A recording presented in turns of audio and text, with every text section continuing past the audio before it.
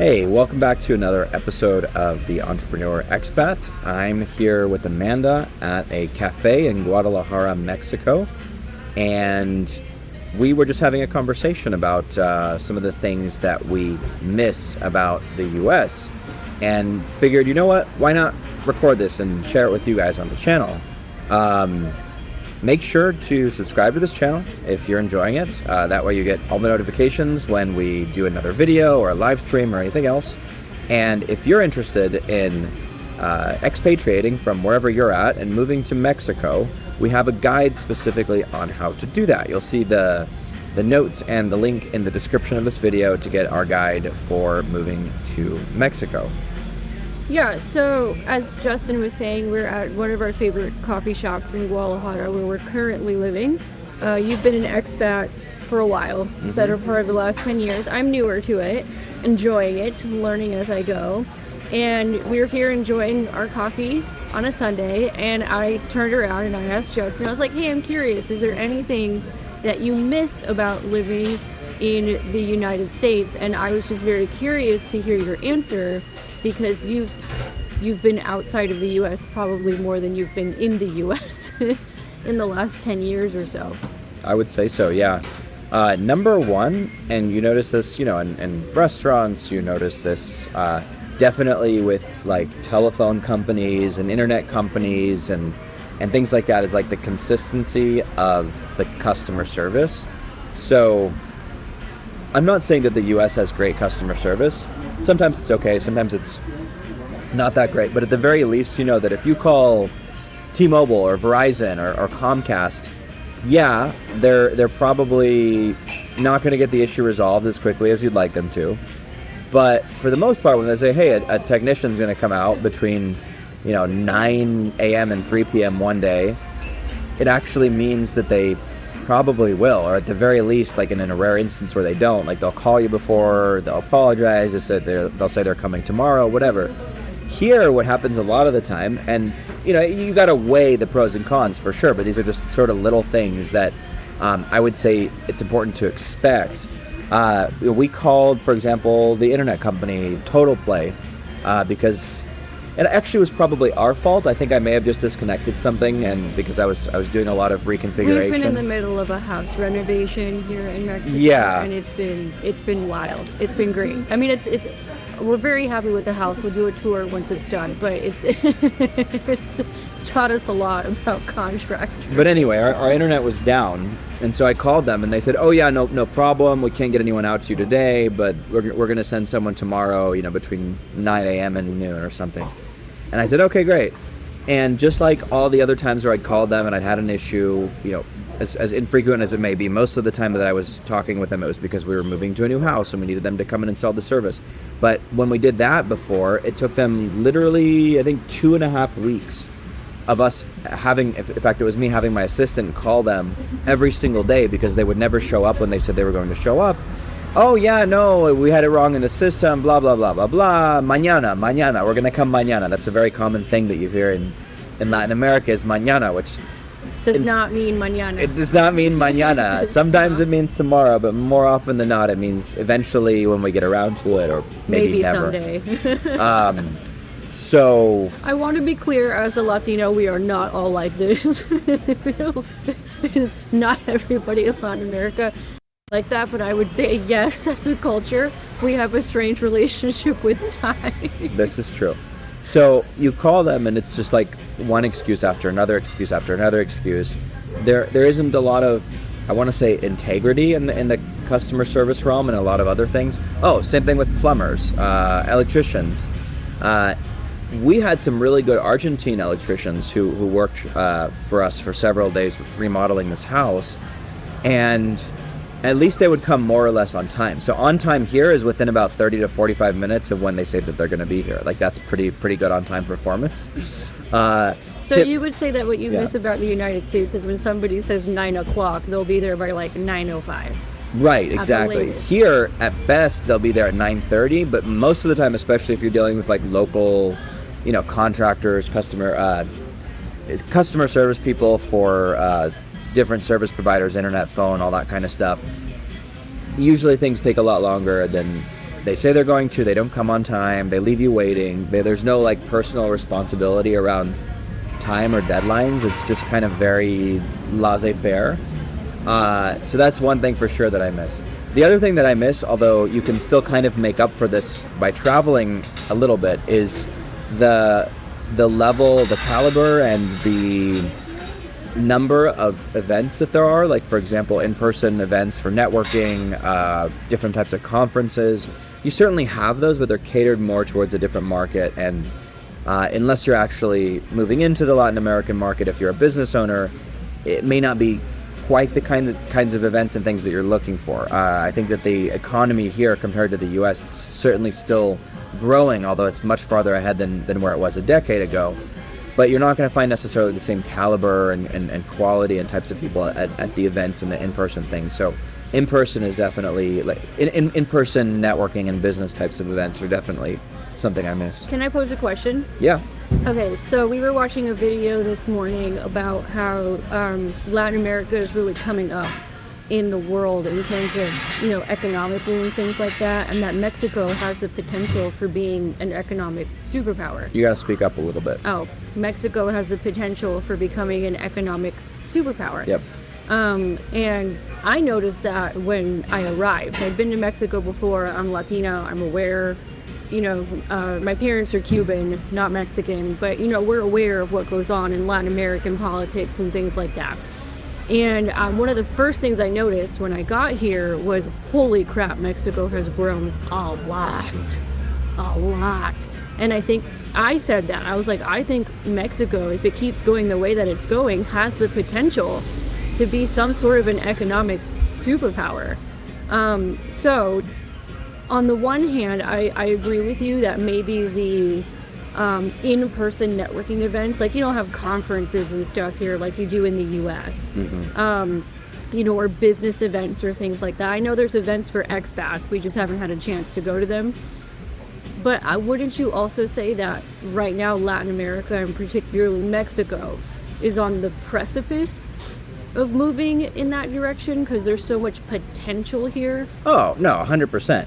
I'm just saying, so when I talk about these different things, because you were asking me earlier about, okay, what kind of annoys you, or what do you miss from the U.S. or whatever, they're sort of the little things. It's less about the economic potential and where things are moving, and more about what might annoy the average expat coming down here, or what might be something, that you may have to kind of adjust to.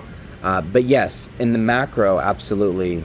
Things are definitely evolving, and there's a ton of potential, especially if you speak Spanish. And if you don't speak Spanish, you can learn. And we have partners specifically for that here in Mexico that will help you learn Spanish. Okay, so what else do you miss about the United States? Because for me, I find myself missing very, basic things. Like, I don't know, an American's appeal for apple pie. Or just, little things like that. Or, watching Hocus Pocus on Halloween, or I'm going to be home for Thanksgiving. I would have probably missed Thanksgiving. That's the thing, though. I had Thanksgiving back in early 2010s in Budapest with fellow expats there, and that wasn't any different for me than having Thanksgiving, let's say, with friends back home. So arguably you can find a lot of either replacements or very similar things for even those things, because there's so many Americans living down here.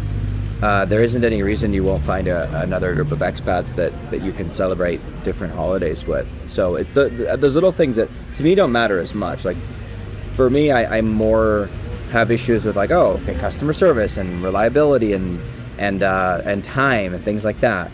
But and I think you still have yet to discover this, but there's just so many people here, and you'll meet more expats here as we go along with this journey, Amanda. But there's so many people here from so many different places in the world. You can always kind of find that group. So those little things like that, what about American music? It's like they're playing American.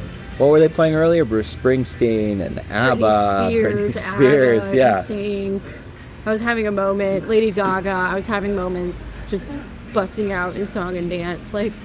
Or we found a Canadian themed coffee shop in our neighborhood, and we found out that's where like all the Canadians go hang out in our neighborhood. And I was like, oh, this is so sweet and kind of nostalgic for like very like typical North American things like folk music, you know. Yeah. Or like lumberjack type things. I think of lumberjacks when I think of like the US and like log cabins and things like that. And that coffee shop reminded me of it. So to your point, there's things you can find, you know, and communities and groups of people if you start getting homesick and missing some things. Yeah. And I think I've heard some other people say this. A lot of people sometimes think Mexico in particular is like a huge change from the United States.